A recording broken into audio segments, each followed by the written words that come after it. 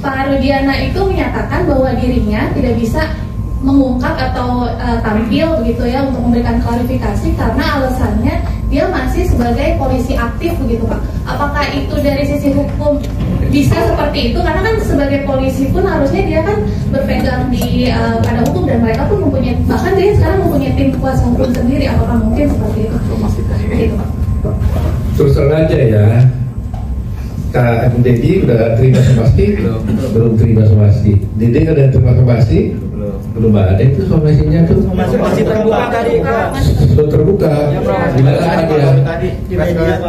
Oh, somasi bilang apa? Ini masih terbuka.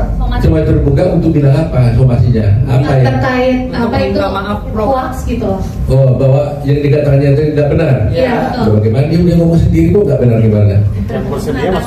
Kan dia menceritakan apa yang dia alaminya, dilihatnya sendiri, diketahui sendiri. Bagaimana bisa dikatakan hoax?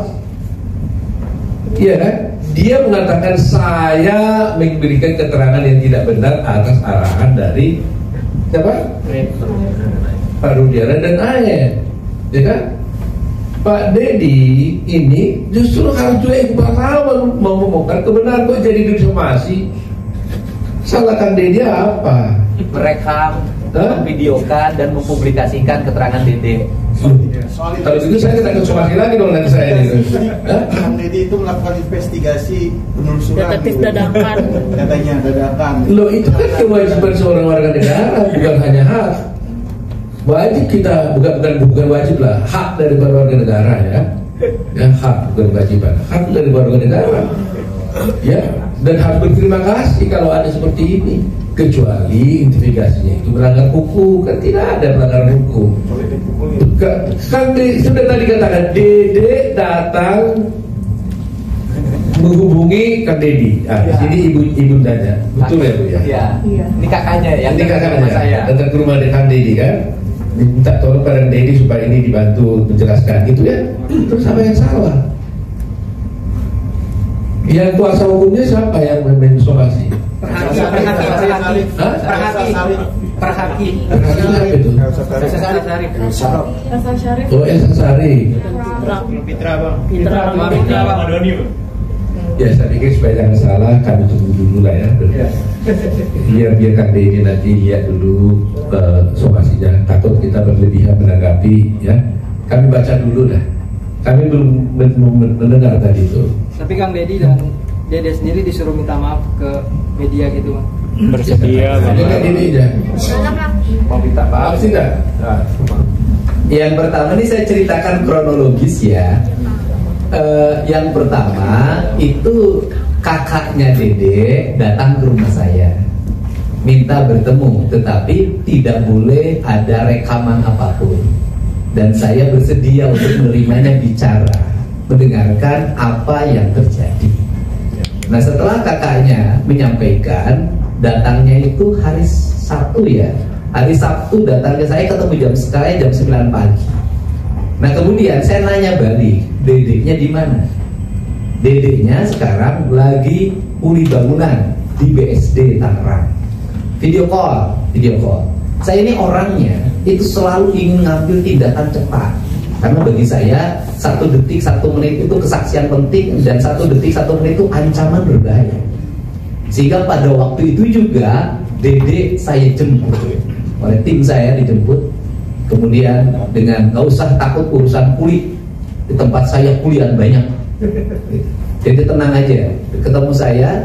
Setelah ketemu saya langsung tidak ada blak-blak, saya jalan, Dede jalan, itu langsung ketemu dan langsung saya rekam. Jadi apa yang tayangan di media channel YouTube saya nggak ada itu rekayasa, semuanya lahir secara alamiah.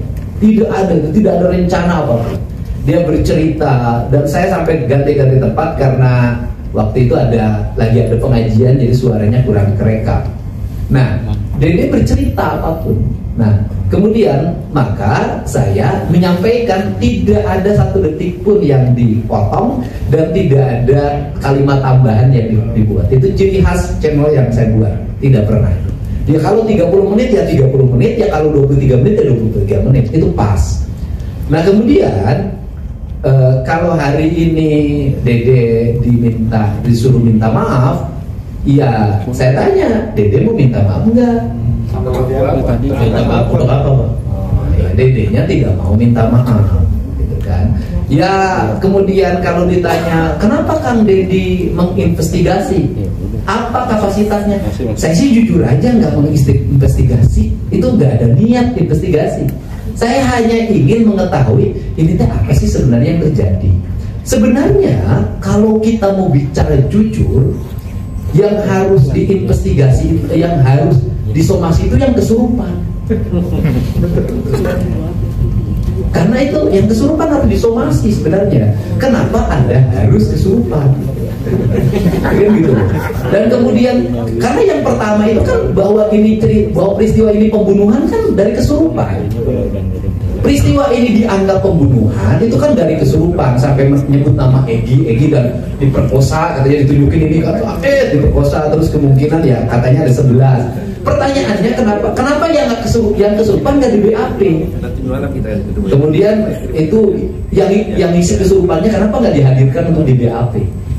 Nah itu sebenarnya awalnya kan dari situ. Nah kemudian saya hanya ya andai kata ya kalau saya mau tukang minta maaf, ya kan, maafin aku deh kalau ada ucapan aku yang tidak berkenan.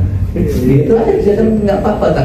Takut ada ucapan saya yang dianggap kasar, ucapan saya yang dianggap tidak berkenan gitu loh. Itu aja, saya kan itu saja. Nah tetapi kalau minta maaf karena menayangkan ini, ya tanya aja yang saya kan hanya merekam kata Dede. Lebih baik saya minta maaf kepada narapidana dan keluarganya.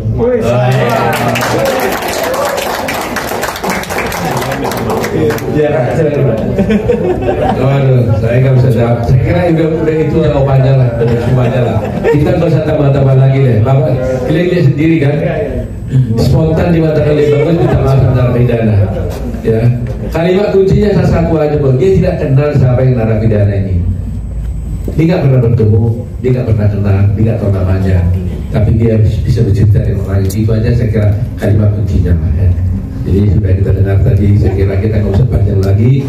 Lebih bagus Dede katanya minta maaf kepada 7 terpidana daripada ke Pitra dan Elsa dan para pihak dan Air. Pitra, Elsa dan Rudiana dan Air itu. Ya itu aja. Kita ya buat apa katanya.